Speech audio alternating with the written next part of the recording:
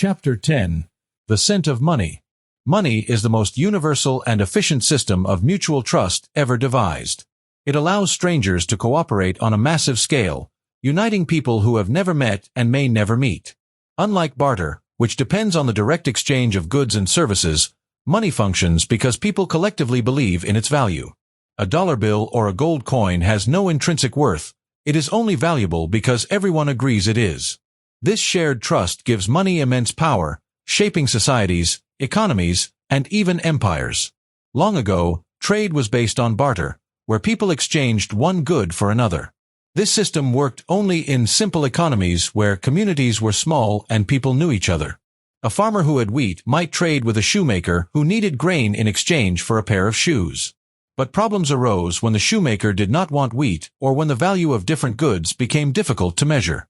A system was needed where all goods and services could be exchanged using a common measure. That is how money was born. At first, money took the form of rare and useful commodities, such as barley, cattle, or salt. These items had value beyond trade. People could eat barley, use cattle for farming, or preserve food with salt. Over time, metals like gold and silver replaced these commodities because they were durable, easy to carry, and could be melted into different forms.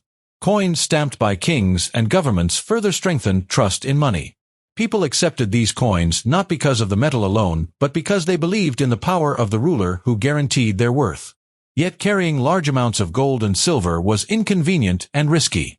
To solve this, merchants and bankers created promissory notes, paper money that represented real wealth stored elsewhere. These notes were easier to carry, and as long as people trusted the banks or governments that issued them, they were as good as gold. Paper money changed economies forever. Now wealth was no longer tied to physical objects. It existed as an idea backed only by trust.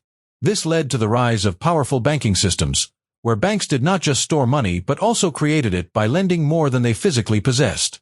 The expansion of trade and empires made money even more influential. European explorers traveling to distant lands needed a way to conduct business with different cultures. Instead of bartering, they used gold and silver coins, which had universal appeal. When colonial powers took control of new territories, they imposed their monetary systems, making local economies dependent on their rule. Money was not just an economic tool, it became a means of control and influence. The modern era introduced new forms of money that were even further removed from physical commodities. Today, most money exists only as numbers in digital accounts. Credit cards, online transactions, and stock markets move enormous sums of wealth across the world without a single coin or bill changing hands. Despite this shift, the principle remains the same. Money has value only because people trust it. If confidence in a currency collapses, its worth disappears overnight.